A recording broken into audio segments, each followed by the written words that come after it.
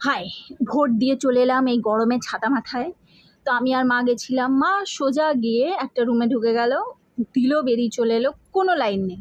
আমার রুমের আগে 12 জন দাঁড়িয়ে আছেন মহিলা। ঠিক আছে, আমি দাঁড়ালাম।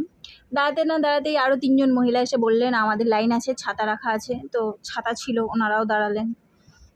ঠিক আছে, দেবো দেবো। এরপর 15 মিনিট পরে একজন সেলফ প্রক্লেমড অসুস্থ লোক এসে বলছেন আমি অসুস্থ, আমার খুব গরম, আমাকে আগে দিন।